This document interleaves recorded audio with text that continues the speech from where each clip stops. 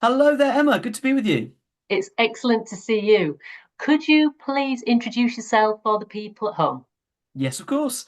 So I'm Steve Beegoo. I am the head of education at Christian Concern. I'm a former head teacher, a former church pastor. I've also been a chair of governors. I've worn a whole bunch of hats in the education arena. But probably most importantly, I'm a dad. I'm a dad to three wonderful girls. I'm married to my wonderful wife. So I'm a family man. So the issues that I'm sure you wanted to talk about are all very close to my heart, not just from professional reasons, but for personal reasons as well.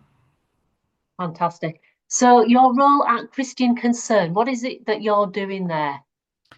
Yes, so as head of education, I help oversee all of the responses that we are making around all sorts of education issues. So there are bills going through Parliament to do with education, and I'm involved with our work to lobby around those, to speak truth to power about what the kinds of implications are of those bills. And that's just one aspect of the work that we do. We also inspire and encourage and envision people to maybe take up the baton of doing something a bit bold, a bit courageous when it comes to educating their children. Maybe not just go along with the normal routine that everybody else seems to go along with. So we encourage people to even think about starting new schools or new learning centres, or getting involved in home education, or starting education initiatives which will go into state schools. So we're supporting all sorts of groups like that. Also, we work on the international stage. I'm often being invited to speak or contribute to things internationally, and we're regularly supporting individuals. So if any of the people watching this think, do you know what I could do with some help with an education related issue, then contact us at Christian Concern, contact our Christian Legal Centre. We have a legal centre as well that we work closely with, and we'd be happy to support anyone that gets in contact with us on education issues. That's fantastic, Steve. I can personally vouch for the helpful staff that you've got at Ah, Christian Concern. I had quite a lot of problems with books at the school, right. and I received a lot of help and support in how to broach that and how to put together a complaint and try to put things right. Yes. So I really did appreciate that support. That's Uh, great. We provide all sorts of yeah, resources to help people think how they can push back when those issues arise, how to complain effectively, how to be able to try to address things informally wherever possible. And you can actually change what goes on inside a school if you are persistent enough. Yeah, we're very, very happy to help people like yourself in all sorts of circumstances. yes, I did manage to change a few things, but not quite enough for my liking, Steve. Ah, So we had to go down the home education route, which we are quite great. quite happy with. It's exciting. There's a lot going on, and there's a lot of challenges, but I think we're all learning a heck of a lot. So yeah, it's an interesting time for us. I've got a 13 and a 15-year-old. Ah. So we're starting to think about work experience and things like that. So we might get onto that a bit later on because that would be very helpful for me. Absolutely a wonderful thing to do, and many people, many Christians certainly as well, are choosing to home educate, given the circumstances that they've got in their local area of what's going on with their schools. Yeah, it's a very challenging thing to do, but also a very bold, brave, but also a delightful way of life as well, as I've heard from many home educating families. So can you explain a little bit about the work that you're doing? It's interesting that you're working within schools, but you also said about the bills, and it's a really extensive website, actually, the Christian Concern website. It is fantastic. It really is very in depth. So the bills in Parliament, obviously, a lot of people don't really know what's going on or the implications of bills that are going through. Is there anything at the moment that you would like to share with people right Yes, now? I'm very happy to. What I would really encourage is that any of your listeners get our regular emails, and you kind of become a member of Christian Concern. It's free, and you can get regular updates on all the different issues that we're processing. Uh, Assisted dying is something that we're very interested in um, opposing at the moment, and there's a even a rally in Parliament. But multiple issues across the piece, things that we're dealing with, as well as education issues. And the Children's Wellbeing and Schools Bill, which has gone through the House of Commons already and is now in the process of going through the House of Lords. It was a 128-page bill that was rushed through with very, very few sitting days for the parliamentarians to really get their teeth into to what was going on with it. And because of Labour's significant majority. It was kind of voted through very, very quickly through the House of Commons. It's now in the House of Lords, and we've continued at various stages from Christian Concern, writing to MPs and peers, and you'll see articles of ours on our Christian Concern website. And if you get the regular updates, you will have seen some of these, explaining what the issues are with the children's wellbeing and schools bill. Um, just some examples of some of the challenges that this will bring if it goes through in its current form, particularly for people like yourself, Emma. The home education regulations will be changing. At the moment, we have wonderful freedoms here in this country to be able to educate children at home, and this is a really important parental freedom that you have the right, if you want to not be forced to educate your children in a particular way by a particular group of people. You can always say, actually, we're going to educate our children ourselves. That's a really important freedom to maintain. Many countries have lost that freedom. And in many countries, particularly across Europe, home education has become illegal, even, or it's become almost impossible to be able to home educate and to get the right to do that. Well, here we've got a significant number of freedoms, but we can see with this bill, I'm afraid to say that the left-wing politicians, kind of more of a socialist agenda, they often really bring strong state overreach even into our families' homes. And what we're seeing with the way in which this legislation has been written, it's kind of in line with that way of thinking. So that the kind of regulations it's putting in place is requiring everybody to be a part of a register, every home education to be a part of a register that's kept by the local authority under the guise of safety. We want to keep all the children safe, and terrible things have happened to children. And therefore, if the local authority has a list of all the home educators and where their children are, exactly what their children are doing, which church they go to, which Sunday school teachers they have, the names and addresses of those Sunday school teachers, that we have information about their sexuality, that we have information about which clubs that they go to and what times they go to those clubs, then we'll be able to keep all the children safe in society. So you can see already, just with my giving an anecdote of the kinds of things that the local authorities will be asking for and be requiring of the authorities to keep in terms of your home, that there's a huge overreach into the homes of parents who are choosing to home educate. And so, and then there's even a line in it that says, they'll have the right to have and any other information that the local authority deems Oh, that it wants to have from you. So this just is just one aspect of huge state overreach, which is coming with the Children's Wellbeing and Schools Bill. Often with this, they wear the clothes of trying to keep children safe. That it wears the clothes of, the terrible situation of Sarah Sharif, for example, who was said to be being home educated. And so, but we've got to know who those children are. We've got to be able to support those children and rescue those children.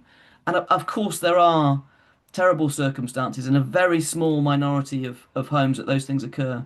The issue is that the social services already knew about Sarah Sharif. The social services are already there to be informed where we know about there's issues of abuse or neglect of children. And so saying that these regulations will really support and help those children is untrue. That they're already overstretched the services and the systems that we've got. This is just creating a whole new legislative program which is going to invade on parental rights to be able to have privacy in their own homes, be able to educate their children in peace. And so this is why we're pushing back against that. We've been writing to some of the peers to explain to them the issues so that they can make the case. And again, it's about to go to the committee stage in the House of Lords, so it's quite a long way through. We'll be encouraging, as we have been, different ones to speak up about the issues that pertain to home education, particularly with regards to the Children's Wellbeing and Schools Bill. There are other issues as well. Have a look at some of our articles on our website, so to find out about those if you're interested. I wonder, I mean, how long's Christian Concern been going now? How many About years? 20 years. About About 20 20 years. years. Now, you've had some absolute fantastic success stories. We have. And I imagine that you're actually gaining quite the reputation that actually, if you're speaking out and campaigning on something, then the authorities probably would be wise to sit up and pay attention. Would that be fair? Well, absolutely. We've seen some significant wins recently in the education scenarios as well. There was a lady called Christy Higgs. I encourage you to look up the case of Christy Higgs, who was a teacher well, she was a teaching assistant in a secondary school, And in a different school where a Church of England school where her children were going, she raised issues a bit like you would have done about the books that were coming into the school. She raised issues on her Facebook with a kind of closed group of friends of hers. And she said, these books should not be being taught to my children. This is inappropriate, and this is a terrible direction, sexualizing of our children, putting in concepts that they just aren't ready to understand and to know about. And she put that on her Facebook. And then one of those friends told the other school where she was working that she doesn't agree with this kind of stuff. And the school there, because they were ideologically inclined more towards that kind of stuff, they sacked her. They gave her a 6 hour interrogation, calling her a Nazi, saying her views were akin to Nazis. And every time we took this to the courts, because we supported her in the courts, every time we took this to the courts, we kept getting pushed back. We appealed, we appealed. We kept discovering that they were putting ideologically driven members on those tribunals and panels, people that had already said that they were maybe anti-Christian or they were really with some of this woke agenda stuff. They were putting those people there to make these judgments. But finally, the last few weeks, went to kind of the higher level of the courts, and finally, three judges totally ruled in her favour to say, of course, she should have the right, the freedom of speech to speak about those things about her own school and to not be sacked from another school for making those views clear. And that win has changed case law. It's being quoted left, right, and centre already on a whole number of cases. We've got a very big case against the government on the VAT on private schools, which we're waiting for a judgment on. Again, another huge state overreach. There's no state in Europe that says we should tax that interaction between a parent and a teacher saying, I'd like to give you money, teacher, for doing this work to help my child learn to read or do some craft. There's no nation that thinks that that isn't a charitable good thing for society and decides to tax it at 20%. And so we're pushing a bit against that on all sorts of legal grounds and freedoms grounds. So got a lot of live cases and cases that we have won, cases that are still pending that we're waiting for results on. But yeah, we've gaining a bit of a reputation. And we're not always liked in all quarters because of the kind of fights and the messes that we get ourselves strategically Yeah, involved in. fantastic. And obviously, for the average person, um, the legal aspect is incredibly scary and Yes. expensive. So, if somebody does find themselves in a situation, Christian Concern are there to also offer some potentially some legal advice if somebody needs that Yes. and can help with the financial aspect as well. Yes, absolutely. Now, what happens is we seek to try and do things for free as much as possible. We give all sorts of free advice. You'll see again on our website all sorts of free advice that we're providing to give to parents, to teachers, to people involved in education, to home educators. And also then when people get in contact with us, we're very free with giving advice on education issues or legal issues. If I think something that is being asked of me is getting into a legal direction, I pass things up to our legal team who are very quick to respond and get in contact. And then we will often write legal letters to help people. So before it gets to courts, before it gets to any kind of formal stage, we can say we can provide a letter for you that says, you've contacted some lawyers and these points need to be made. And again, we're doing that for free. We rely on the donations of individuals to be able to function in this kind of way, and we've got very generous churches and individuals and people and benefactors and people who work voluntary and do an awful lot at an extremely low level in terms of the legal side. So we're able to provide that as a service to people. And then if things do end up in the courts and we recognise that this is a really important case and we need to push back and we need to fight, and for us particularly from a Christian freedoms perspective, which often overlap into all sorts of different areas, then we will take those things to court, and we do work very very hard with those with lawyers and with the people concerned to fight it in a way that is at no cost to the individuals themselves. So that's what we seek to do. And if anyone listening to this is willing to donate to us, we rely on those donations. We've got a lot of big costs at the moment with some of the big legal cases, particularly as you can imagine with ones that are actually against the government itself, taking judicial reviews against them. It is. It's incredible the amount of work that you get done. I am absolutely. I can't believe how much you get done, and the help that you offer to people. So I would strongly recommend anybody who's in a position to donate does so. It is. It's much appreciated. Could you speak about some of your work that you're doing with independent schools and how people are setting up their own schools outside of the Ofsted regulations? Yes, delighted to speak about that. I'm the former CEO of the Christian Schools Trust, which is a network of independent Christian schools which are low fee, therefore low salary for the teachers. A lot of parent volunteering happens, Mhm. sometimes happen in church buildings and with churches particularly being very generous in how they offer their services and their buildings. And those schools particularly popped up in the 70s and 80s when parents were getting particularly concerned perhaps about the occult being promoted in schools. And a lot of Christians were getting very concerned about that kind of thing going on. So a lot of independent schools popped up with a lot of parent support, and many of those are still going to this day. And there's a new wave of those new schools starting up now. So I'm working with 25 to 30 different groups, all the way up in Scotland down to the south coast, who are saying, do you know what? We should get together and start our own school because what's happening in the state school system isn't appropriate and it isn't supporting us as parents in the way in which we want to bring up our children. The education that's being offered is poor. You know, Mhm. the children actually seem to be unsafe in these school environments as well. So maybe we could do better. Other people have started schools in the past. Why is it that we're just dependent on the state to do this? And so again, the schools that are already going that are low fee, low salary, not the Eatons and the Harrows of this world. It's these are kind of low and middle income families to they're getting very enthusiastic, and we're helping them to not just kind of get a vision, but we're helping them to think through a strategy of how they can move forward a development of a new school. And some decide to start parent cooperatives, home education hubs, learning centres that just fall below the level at being needed to be a registered school. And Sorry, they maybe, Steve. Just explain to me what is that threshold? yes, of course.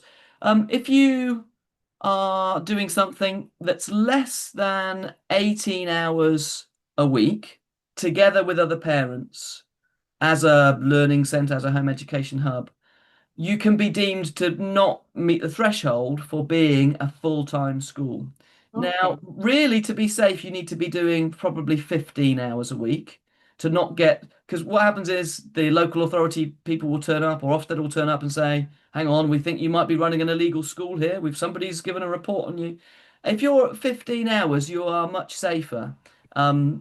Basically, what they're trying to decide is, could these children that are working together with their parents in these settings, does going to this learning centre, does it preclude them receiving full-time education elsewhere? So in other words, if they're only doing 15 hours a week and you're only doing things together, say 22 weeks of the year, then it's very unlikely that somebody could come in and determine that you couldn't receive full-time education elsewhere. In other words, home education could be fully being given to you outside of those hours themselves. And so, of course, it can provide a really significant support to home educating families to have a regular, say, 3 days a week, you're there for 5 hours each of those days. And so I was just speaking just this last Saturday in Coventry with at the Holbrook Evangelical Church where they've been able to do this. And a bold parent has said, "Why don't we start up something?" And I spoke there last year, gave them help and support, and they were helped by an organisation called Christian Education Europe with some curriculum, and they miraculously got provided with a teacher. The pastor there was praying and was saying, "Do you know what? We need to advertise for a teacher now. We need this teacher that, and we need to get them like quickly." And within that day, this person got an email from a teacher who said, "Do you know what? I just feel really stirred and challenged that I should offer to be a teacher in your school." And miraculously, they got going with their school. They've got 11 pupils, a grand total of 11 pupils in their school since that last year, and they're going great guns with their learning centre. And that's just one story of many of different sorts of things that are popping up. And that's an example of that learning centre that doesn't need to be regulated as a full-on school might need to be regulated. Love that. That's absolutely brilliant. That's so inspirational. that those things are happening organically, and people are also finding each other and sharing resources and ideas, and hopefully finding better solutions than perhaps they thought that they had to accept. Yes. Could you speak a little bit about the safety aspect in schools? I know you briefly mentioned it, that there Mm. are the concerns that, as you see them, and perhaps some. I know you've got some data and some statistics to back that up as well.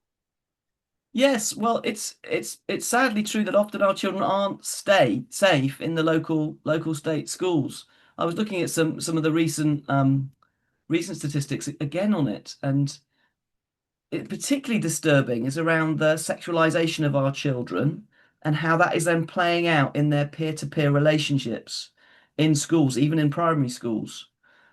The Ofsted did a deep dive into this in 2021 in their review of sexual abuse in schools and colleges, which showed that 90% of the schoolgirls, virtually all of them, 90% of the schoolgirls had received unsolicited sexual images. So it's just part of the culture to expect that if you're a girl in school, that you'll be sent sexual images, often from the boys. You can imagine what those things might be of. And so what that's led to is our inspectors, when they go into a state school, they assume that there is sexual abuse going on between the pupils. They have to assume that because it is so prevalent. And the schools themselves must be acting as though sexual abuse is occurring between their secondary school pupils. That's the level to which this is an issue within schools. So you see this in the Ofsted manuals that the schools, as well as kind of the anti-bullying stuff, they've got to be assuming that sexual issues are happening between the pupils, and therefore they need to monitor how the school is handling the fact that a rape might have happened inside their school, in the toilets or wherever. Not just kind of outside of school. This is inside the school environment. They don't regularly review this, but in 2015, I was looking at some data on this. There were 5,500 sexual offences were recorded in UK schools over the 3-year period to 2015. 5,500 sexual offences, and that included 600 reported rapes inside the schools. So that would have equated to a rape a day in the school year. So you got that kind of that our children and our young people have been sexualized by culture and even, dare I say, by some of the stuff that's going on and being focused on in the school and through the curriculum. You look at the kind of books that are on the shelves. In 2019, 2020, during that kind of COVID period, that was the point at which relationship, sex, and health education became mandatory across all schools. And I'm sad to say, but lots of external organisations, particularly LGBT groups that were spin off from Stonewall, they Yeah. poured their books and resources in to say, you've got to be teaching this stuff. You need to be focusing on these sexual issues. You've got to be focusing on gender identity language to help meet Mm. equality regulations. And that poured in all sorts of stuff into schools so that all these things are they're available in the libraries, horrendous materials in the libraries. And of course, this stirs all sorts of sexual feelings and thinking and a focus on sex. And a lot of kids who've been brought up well aren't thinking about sex, and they're having to label themselves in some way. And they say, well, I can't label myself as gay or lesbian, so I've got to label myself as asexual, taking on these kinds of labels. So all of this, it messes with their mental health, our children and young people, and therefore this is causing a real problem in our schools. But not just that. I mean, there's the violence. A lot of teachers. I mean, I was looking at some stats from 2020. A lot of teachers are saying so many of their kids are involved in knife gangs, and you get horrendous stories. You just have to look in the newspapers to find out another stabbing has occurred. And one in four, this was 2019. I found this stat. In 2019, one in four teachers said they experienced violence from the pupils to them as teachers. And how often do they experience that violence, these one in four teachers? Every week. That was what they said. An NASUWT, that's one of the teaching unions, found that that was the case. And so the teachers themselves, they find it very hard to whistleblow this. They've got to speak positively about their school. They can't speak negatively about their school. But a lot of teachers I'm seeing are deciding not to send their children state schools where they are teaching because they know that there are huge safety issues within their own schools, and this herding 30 kids from one class to the next with very little ability for the staff to monitoring as teaching assistants are being cut left, right, and centre. This is not achieving a safe environment where children can learn at their best. You know, children don't learn well when they're fearful, and if they're fearful for their safety, then they are not going to be learning well. Of course, they're not going to be meeting their potential. Now, I would be the first to say, I was a state school teacher for 17 years. I taught in some brilliant state schools, excellent schools, and we kept the children extremely safe.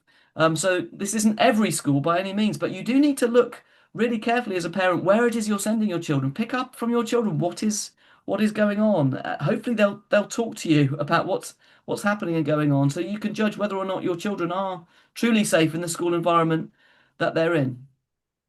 It's very difficult as a parent to know what's really going on. Certainly at secondary school level, Mhm. it's very difficult. I went to be a teaching assistant in the secondary school, so Right. I could find out. So I would recommend if you're in a situation where you want to find out what it's like, and you're prepared to go and have a look, that is an option that you could do that and find Yes. out firsthand. And obviously that led to that really was the final nail in the coffin for us in Right. home education.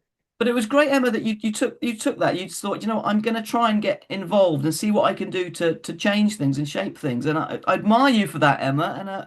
And I just encourage other ones that are listening to that to say, what is it that I can do that's bold and courageous to actually try and make a difference. I know many have become governors, school governors. That is Yeah, still an option and open, and they're often desperate for all yeah. sorts of skills at a governance level. And if you're a governor, you can raise questions about this kind of ideological stuff that we've been talking about.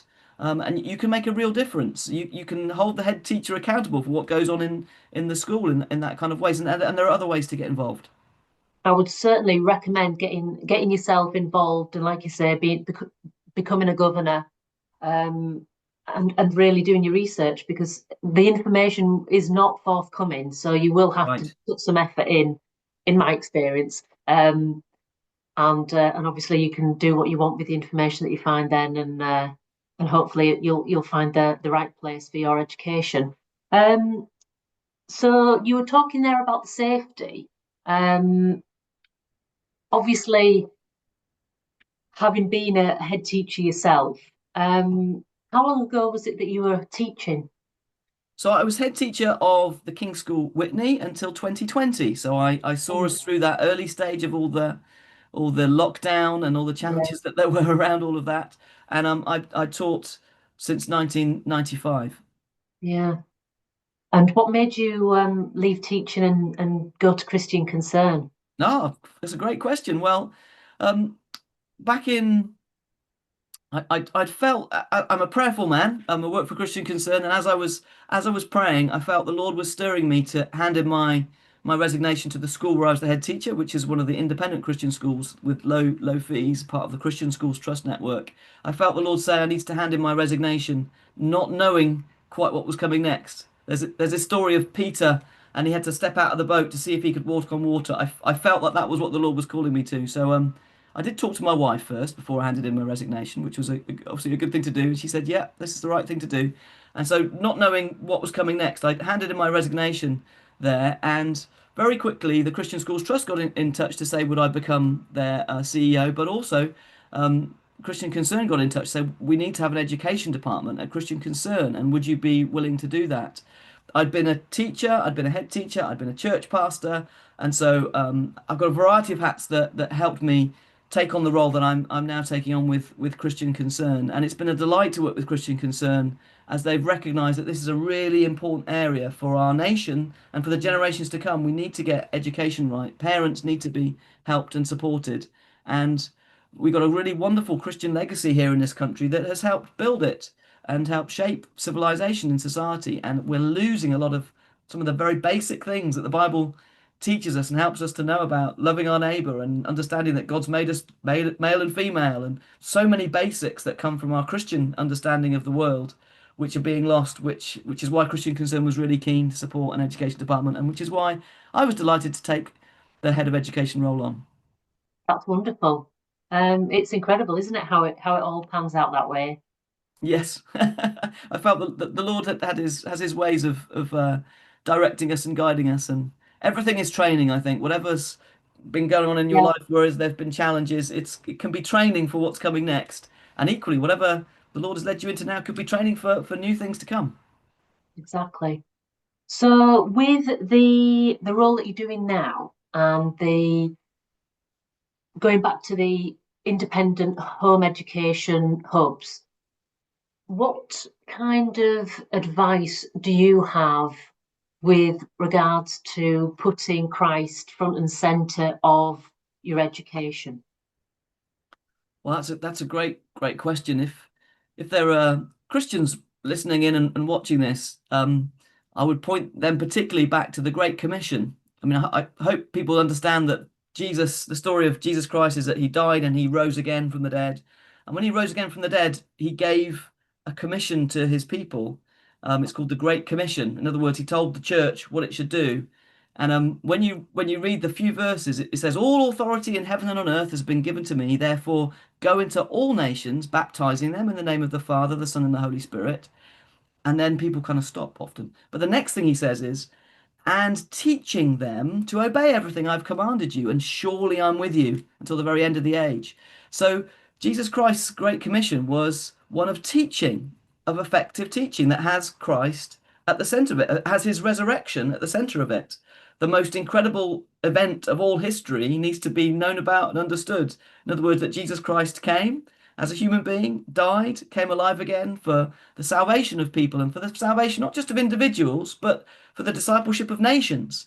And so having Christ at the center, for me, it's not just about and teaching them some stuff out of the Bible or and teaching them to be nice people and moral people, which is often what our education system has come down to. Well, let's teach people to be nice and let's give them a good education generally and broadly. Actually, this and teaching, this gospel of Jesus Christ pertains to every aspect of society, pertains to your character as well as to what you're going to learn and how you're going to learn it. There's no point in having an A at maths GCSE if you're going to swindle people with your skill. It involves the character that's being taught. And so a relationship with Christ, understanding of his teaching, and understanding that Christian teaching can help us shape and develop politics and the legal system and how we move forward in fashion and music. That the Lord has got wonderful things to say in all of these aspects of culture and of teaching. And this is a really important thing so that we don't just box off the religious bit into its little Sunday morning box. And so for Christians, we're just Christians on a Sunday morning. No, no. The Lord can help us with how we understand and use maths. The Lord can help us understand geography and the environment because he created the world and he told people at the start, look after the world. Take care of this world that I've given to you. It's right there in the scriptures. And so it's really important to have Christ at the center of all aspects of education so that we can live out all that he's created us to be in this world at this time. And I believe that in a relationship with the risen Lord Jesus Christ, every human being can truly flourish, truly reach their potential in whatever it is he's called them to do. It's not just about becoming church pastors and ministers and missionaries. It's about serving him in all sorts of areas of culture and society. And this is what we can teach to children, as long as we don't box him off into a little RE box. Yeah, oh, well said. Absolutely. It's funny because I'm quite new to Christ and following Catholic the Great. Catholic Church, and it's almost a bit like, oh, I always have been Christian. I just didn't know it. That's what it feels like. We just didn't necessarily have a word for it, but that's what we were aiming to do anyway. And I wonder Mm. if there's quite a lot of people like me out there that are actually in later life realizing actually we need to get back to this. This is what it's all about. This is where we've gone wrong. Yeah, and I think for a lot of people, they have a particular idea of what church is about or what the Bible is about. But then when they look at it and they study it, they discover, hang on a minute, there's a lot of real truth here that I've been missing out on. And actually, what culture has I've been soaked in the culture isn't really truth. And as they read it, as they read the words of Jesus Christ in reading the Gospels, something comes alive inside their hearts and their spirits, and they go, "This is what I was made for. This is what I was meant to be connected to." And so I'm delighted to hear that that's a journey that you've been on. And I think a lot of people have enjoyed going on things like alpha courses or training courses that are short things just to discover actually what does this Bible really say? What is this story about Jesus Christ that people claim to believe in? And when they explore it for themselves, they find out all sorts of wonderful things. It's exciting actually not having been, even though I've not been brought up with a religious background, to discover it on my own's been quite Mm, wonderful as well, because it is genuinely something that I'm doing. It's not something that my parents are expecting me to do, if that makes sense. It's yes, but obviously you benefit from that upbringing as well if you're brought up that's in that right. type of family. But either way, it's win-win either way, however you get there.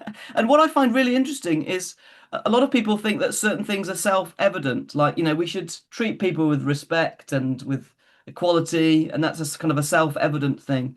But actually, in most cultures, and just from a purely scientific evolutionary perspective, which is a survival of the fittest, you look at the world around and it isn't equal, and there isn't any self-evident reason why we should treat each other equally. Actually, that kind of way of thinking, which is a way of thinking that I believe you have and that you've grown up with, and you didn't really realize, hang on a minute, this is connected somehow to Christianity, maybe.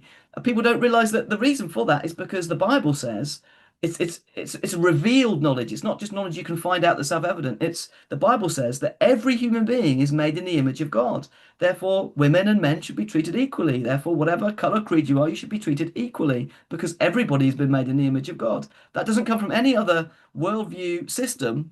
It comes from the Bible, and this is one of the reasons why we've developed the kind of civilized culture which we have been able to develop. And the more we move away from some of the basics of what the Bible says, Mm. like about things like male and female that we've been created. We don't create ourselves. We don't come up with our own gender just from making it up ourselves.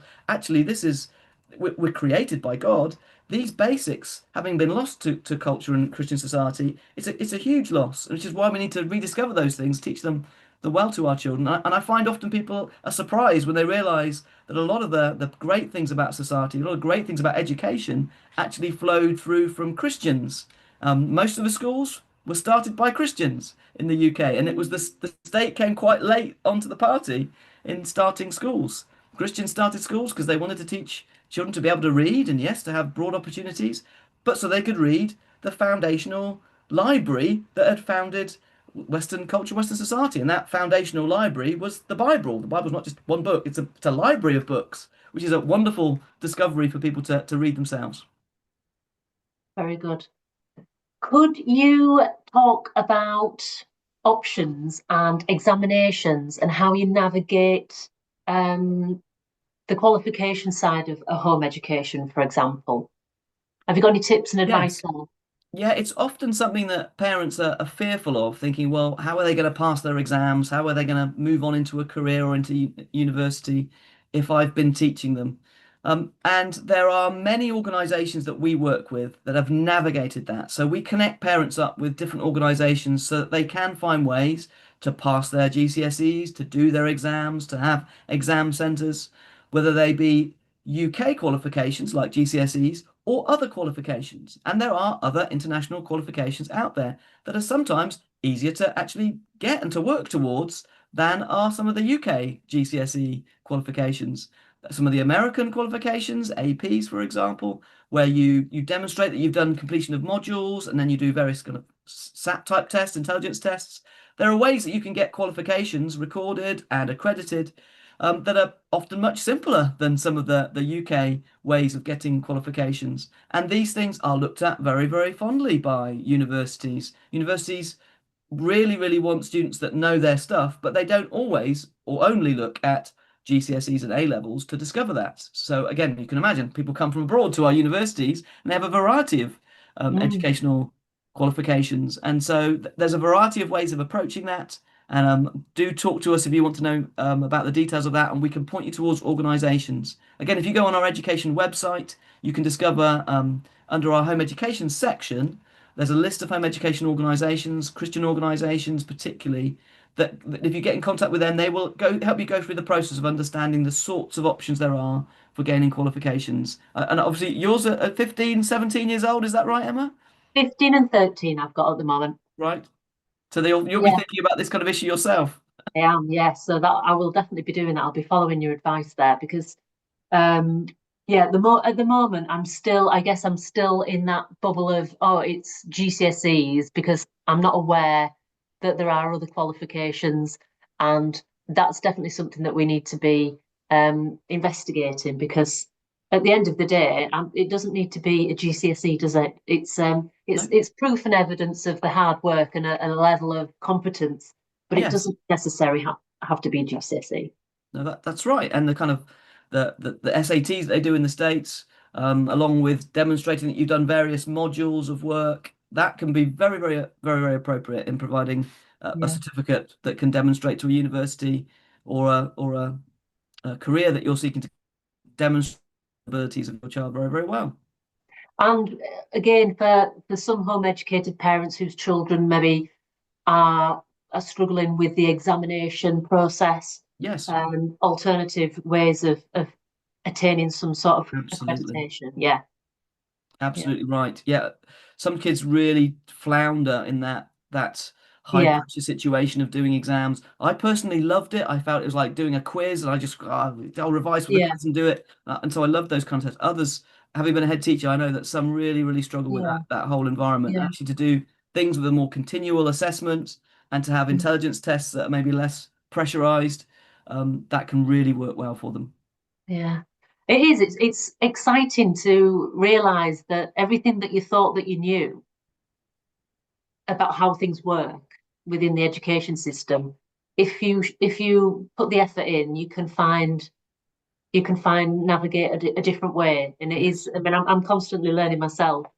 That yeah, it doesn't necessarily have to be GCSE, but yeah, evidence that's of right. work and learning is obviously is Yes. useful And going. I know and some people don't were very distressed by the whole online stuff that happened during lockdown. Others thrived in that online environment, and actually it's quite a lot of good online provision. And I work with an organisation called Emmanuel Online School that provides secondary school online Christian teaching, Christian teachers, and helps them get through GCSEs.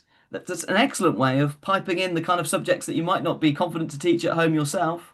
And there are other organisations as well that provide tutors that can provide online education in a really brilliant way. So again, people are making the most of the online world that we have kind of had to have a we all kind of rushed into using things like Zoom like this. I mean, I wonder if it hadn't been for COVID, would we be even doing this kind of interview now? Would this have become something that's been so prevalent? But actually, there are options that have opened up because of that. Can be taken too far, but Yeah, this is a very useful thing to be able to do to beam in some of the best teachers yeah, into your very living room.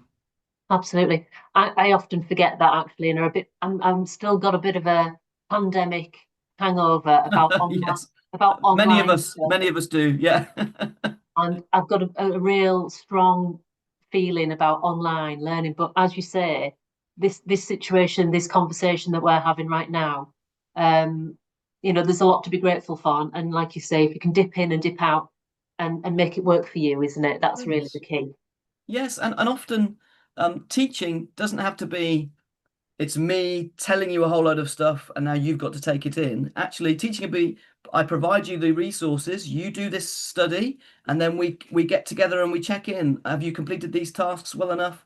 It's kind of a flip learning approach, which is often very good, where children can self-study, develop things, watch videos, read various literature, write essays as a result of what they've read, and then connect in with a teacher or tutor Mm. after the event. So that can be a very effective way of teaching that doesn't require me sitting there listening to somebody talking at me for an hour with lots of other people. Actually, there's a variety of ways of teaching approaches which can be used online, which can very much benefit home educated children. That's fantastic. Well, I think we've covered quite a lot there, Steve. Is there We have. anything else that you'd like to bring up before we wrap up? I just really encourage any listeners to sign up to our Christian Concern emails. Please do and look at our events. Consider coming to some of our events. We have a great Wilberforce Academy for young professionals to get trained over a week. We've got that coming up in at the end of August, start of September. Consider joining us and signing up for that. Please do keep in touch with what we're doing at Christian Concern. And if we can be of any help or support to you, don't hesitate to contact us. That's wonderful. We'll put all of those links in the notes, Steve, and I'm Okay. extremely grateful for your time and everything that you've shared with us today. No problem. It's been a delight to spend this time with you, Emma. Thank you very much.